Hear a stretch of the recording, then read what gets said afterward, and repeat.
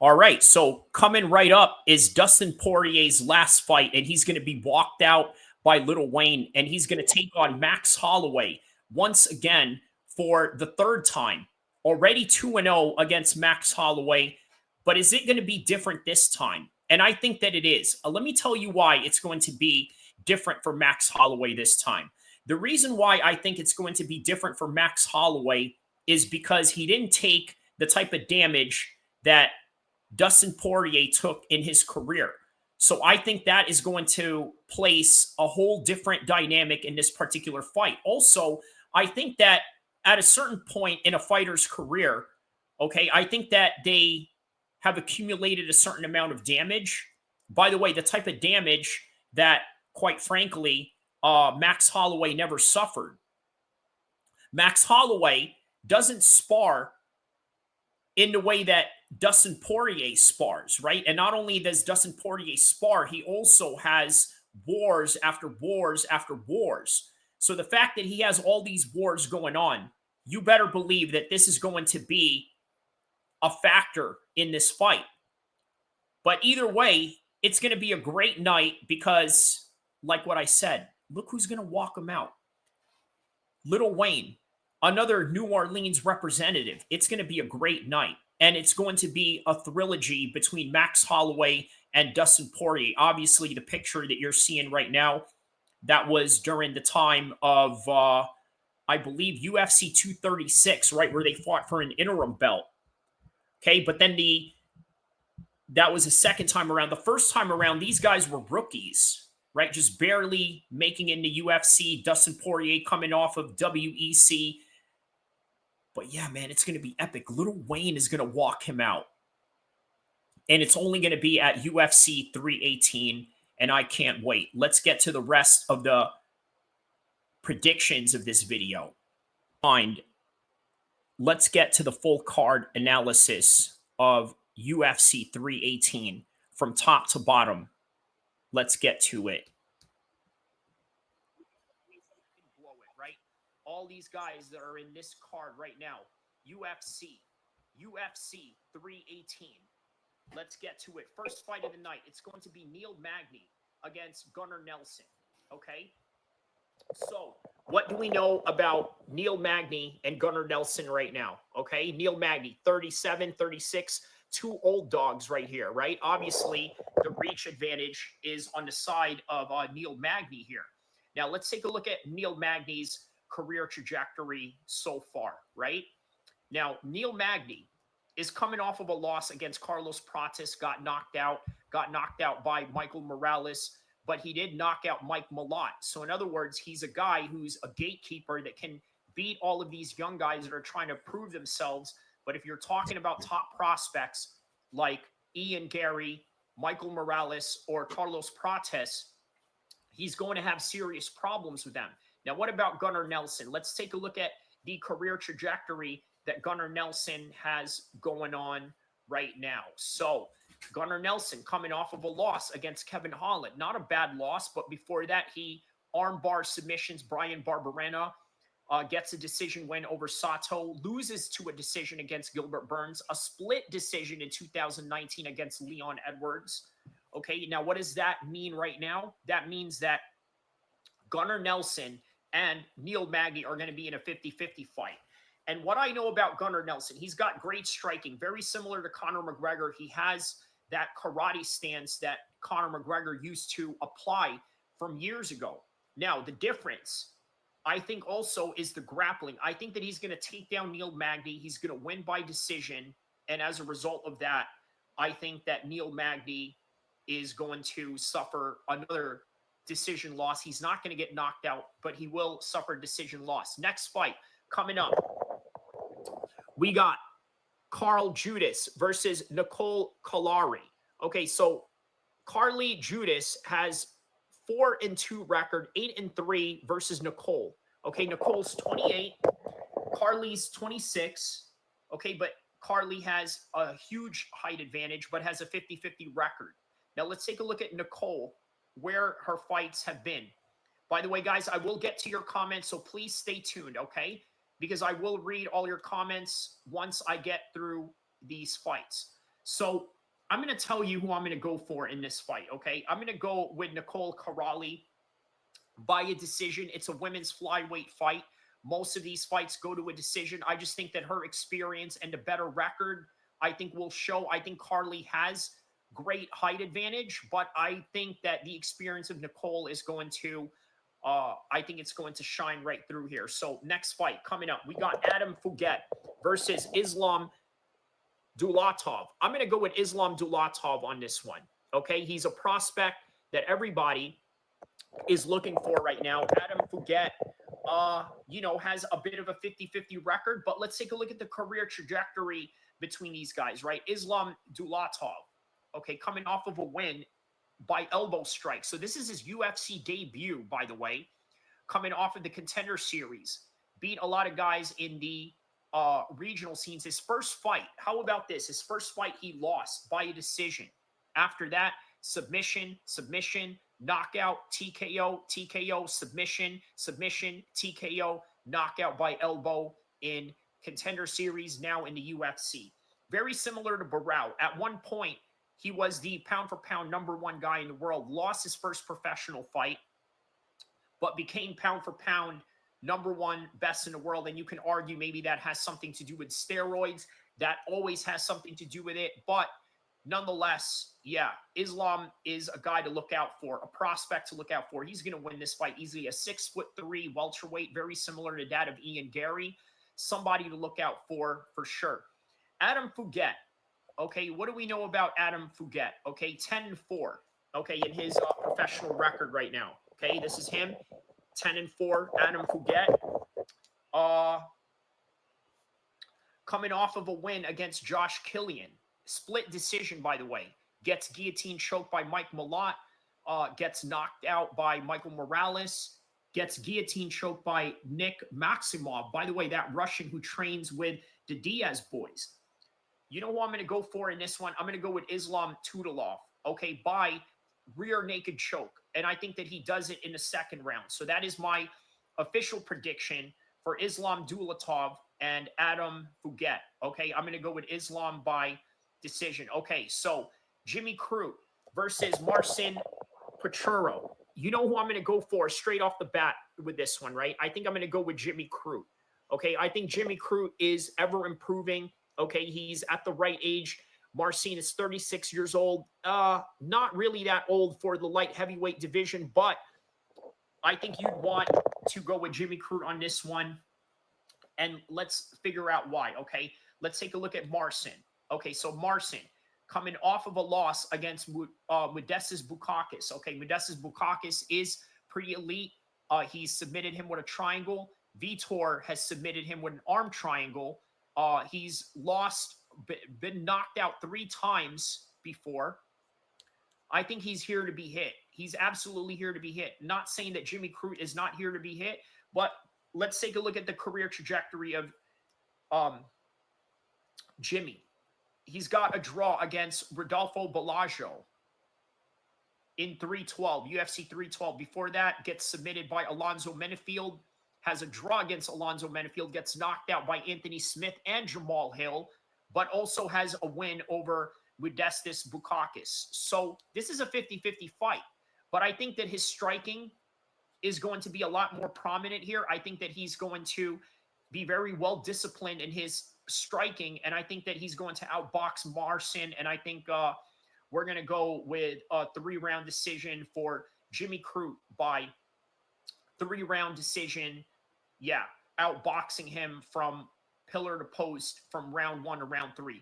Moving on with the fight. We got in the early prelims, Ikram Ali Askarov taking on Bruno Ferreira. Very interesting matchup, 50-50 fight. Ikram Ali Askarov, obviously, he loses to guys that are top of the level, right? Top of the class. But what about Bruno Ferreira? Let's take a look at his career trajectory right now, right? Very perfect career trajectory for him to be in if he wants to fight these big fights, okay? So where is Bruno Ferreira's stats right here? Let's go with Sherdog. By the way, guys, I will be reading your comments, so stay tuned, okay? Is this Bruno Ferreira? What is this? This is him? No, no, no. This is not him. Hold on a second here. Hold on a second here. Where is this Bruno Ferreira guy? They don't have any stats on this guy whatsoever. Okay, so 5'10", 185 pounds, middleweight. So 313, he beat Armin Petrosian. Very good win on that one. Abus Magomedov, he loses that one. But then we go with Ikram Ali Askarov, who, by the way, has fought some of the best guys in the world already. At literally 32 years old, has fought the best in the world. Andre Muniz knocks him out in the first round, gets knocked out by Robert Whittaker, flying knees, and finishes Warley Alves, has a win over Phil Haas, has a loss over Khamzat Chimaev. So he only loses to the best. Look, I see him getting a three-round decision on this one as well, right? Three-round decision on this one. All right, bantamweight division.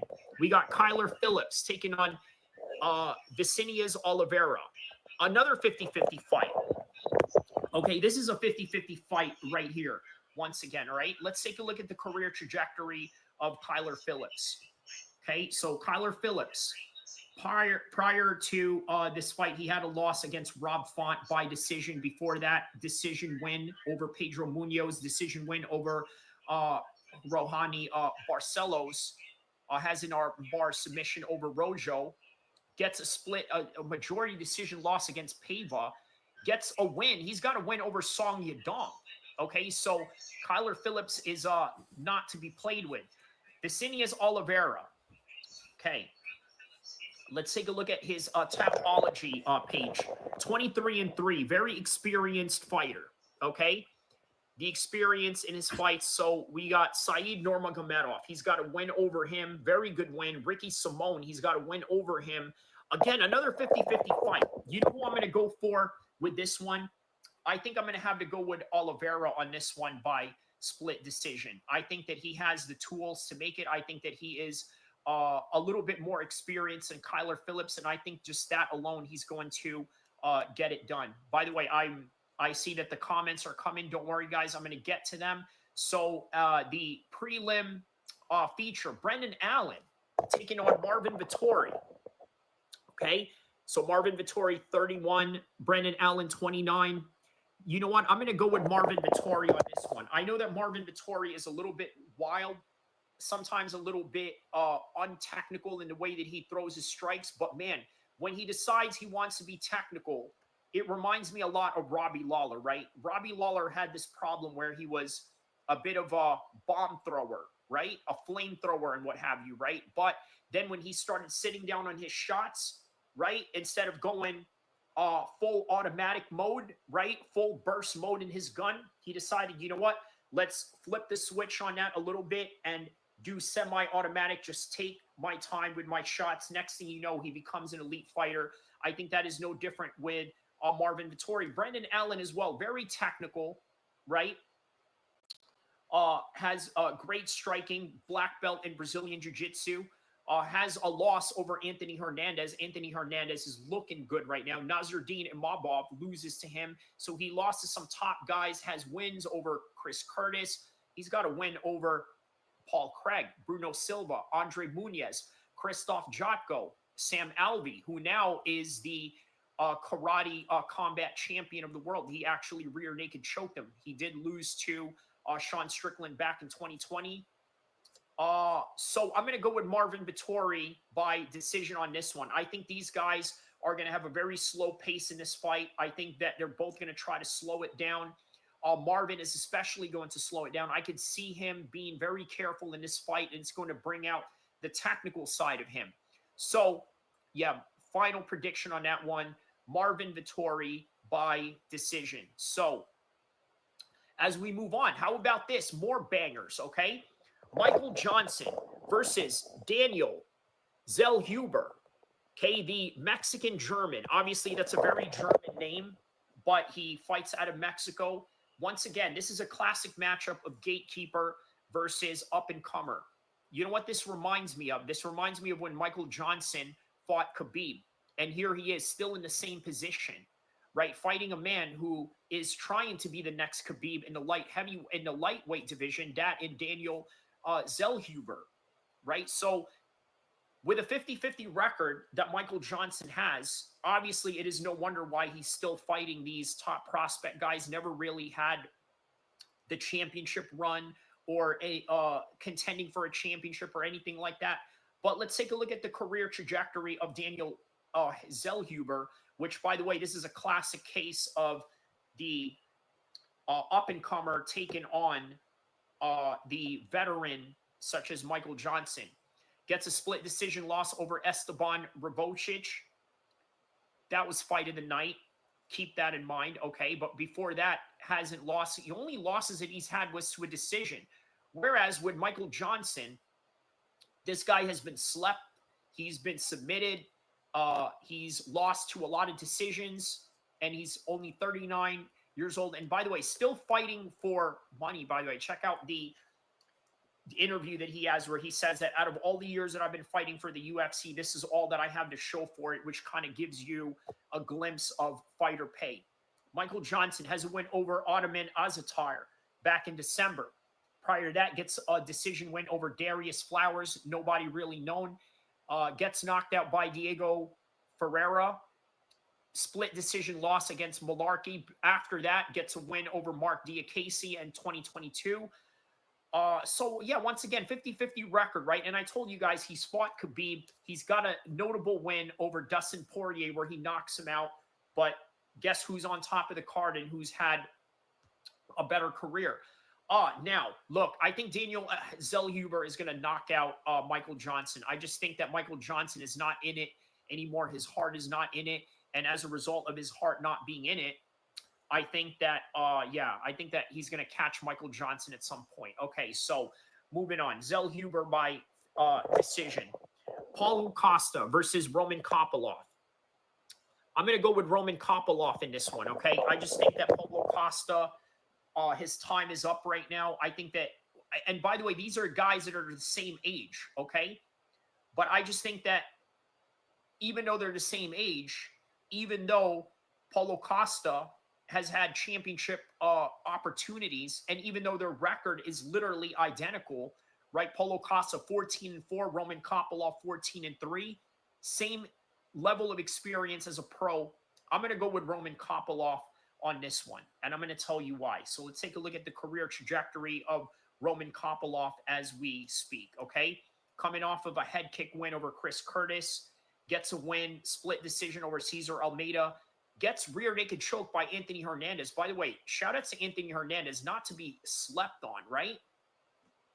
Whereas we could look at Paulo Costa. Let's take a look at the career trajectory of Paulo Costa right now, okay? So where has Paulo Costa been in his career as a 34-year-old right now? Coming off of a loss against Sean Strickland, Robert Whittaker gets a decision win over Luke Rockhold, loses to Marvin Vettori out of all people, and then prior to that, that knockout against Israel Adesanya where he lost his undefeated record. I think after he's lost his undefeated record, he sort of like really became a shell of himself, right? Almost kind of shattered his confidence. I'm going to go with Roman Kopylov based on the confidence alone. He did not suffer that kind of drop that Paulo Costa did to where it hurt his ego. It sort of put him in this position where it made his ego healthy enough to continue on and to get better, whereas the trajectory of Paulo Costa losing to Israel Adesanya really affected his psychology and as such changed the course of his career. And I'm going to go with Roman Kopylov by decision on this one, right? I think he's going to rock Paulo Costa. He's going to hurt him, and the judges are going to see that. And as a result of that, I think that is ultimately what will win the fight. Okay, so El-Kheer versus Robert Valentin. I think I'm going to go with El-Kheer on this one, right? 7-1 record versus 11-5, a 50-50 record. I'm very hesitant to go with a guy that has a 50-50 record, but El-Kheer had the Cameroon. He does have one loss. Now, what is that one loss predicated on?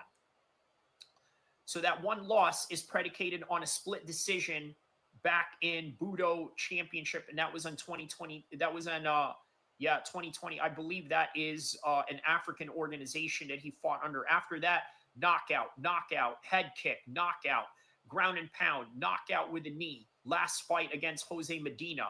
It's going to be no different for Robert Valentin. Okay, so Robert Valentin, okay, the Swiss man, 10-5.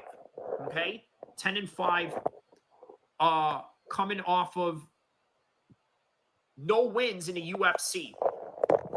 Okay, he's brought here to make this guy look good, and I think that we're going to see a knockout by the Cameroonian. I think that he knows he's in a losing streak that's going to affect him. This guy is on a hot streak. He's only lost to a decision, and ever since then, his whole entire career. And look, he's 6'4" at middleweight, so this is not a guy to mess with, right? 6'4" at middleweight, definitely a force to be reckoned with later on. Now, here's the next matchup. Okay, so knockout for Atilla Gautier on that one. Co-main event. Here we got the co-main event. Dan Ige versus Patricio Pitbull. Okay. I think Dan Ige is going to win this one. I know that Patricio is the guy who has had a great career in Bellator. By the way, just coming off of a loss. Okay, so this is the way that they reward him after that UFC loss. They give him another tough UFC outing in Dan Ige. Now, he lost to Yair Rodriguez. Is anybody surprised? Yair Rodriguez is UFC caliber. But guess what? So is Dan Ige.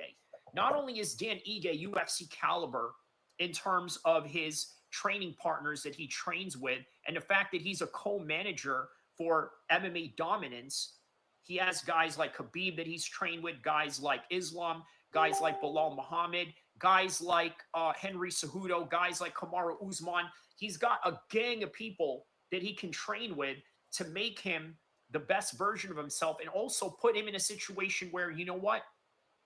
No matter what Patricio throws at me, I've already seen it. Whereas with Patricio, well, where does this guy train at? What team does he train at? I believe he trains with America. No, is it America Top Team?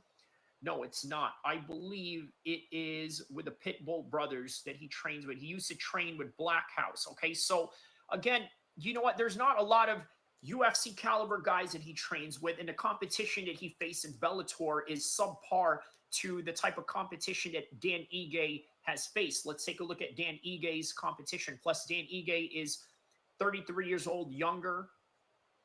Okay, he fought Sean Woodson. Knocked him out in the third round. Sean Woodson is a big 145er. Gets a win over LaRon Murphy. LaRon Murphy is no easy task. I'm sorry, loses to LaRon Murphy by a decision. Loses to Diego Lopez by a decision. Knocks out Andre Fili. Loses to Bryce Mitchell. Loses to Movar. Loses to Josh Emmett when Josh Emmett was at least in his prime. Okay, so you know what? I'm going with Dan Ige on this one. I think he's going to persevere, and the UFC caliber talent that he is and experience that he has, I think it's going to override Patricio Pitbull's declining nature. Okay, so now I'm going to go with Dan Ige in the co-main event, okay, by split decision. Now, let's go on to the main event of the evening. Okay, so the main event of the evening. Max Holloway versus Dustin Poirier. What do I got on this one? Okay. I'm going to go with Max Holloway. I know that a lot of people don't like to hear that because it is Dustin Poirier who has his retirement fight. He's claiming that this is going to be his retirement fight. He's done right after this. That I understand. I get it. But understand this, okay? Dustin Poirier is damaged in ways that Max Holloway isn't. And I think this is going to show in this fight. I also would not be surprised if Dustin Poirier gets slept. However, there is the size advantage that Dustin Poirier has. He can always go to the wrestling, but Max Holloway rarely gets tested into wrestling. But I think if Dustin Poirier doesn't move in very early and impose his will, Max Holloway is going to start getting into his rhythm, into his boxing range, and start picking apart Dustin Poirier. I think this is the time where Dustin Poirier will actually lose to Max Holloway, even though he's 0-2 against him. You want to know why? I'll tell you this. Max Holloway doesn't spar. Dustin Poirier has had a lot of damages in his career. And as a result of that, I think it is going to come to full circle in this fight. And I think Max Holloway knocks him out in the later rounds, in fourth round or so. That is my official prediction for UFC 318. I hope you guys enjoyed it. I will have this posted in a separate video, and I'll see you guys soon. MMA needs, if you want to find predictions, news, and everything that deals with MMA, shout outs to Kyrie Abu El-Kheer MMA, Sacramento, California, represent. That's right, Kyrie. I appreciate you, my nigga. You came in here, you was talking that shit. That's right, bro. Much love, Flo. I appreciate you for always stepping in, bro. Be safe out there. Man, my nigga Kyrie, my man Kyrie came through. He started talking that shit. Hey, here's the thing. Here's the thing. That nigga will whoop your fucking ass. You will think that nigga's all squared up and all that type of shit. Nigga come through and beat your fucking ass. Like, man, fuck you up. You will never see it coming. So for those of y'all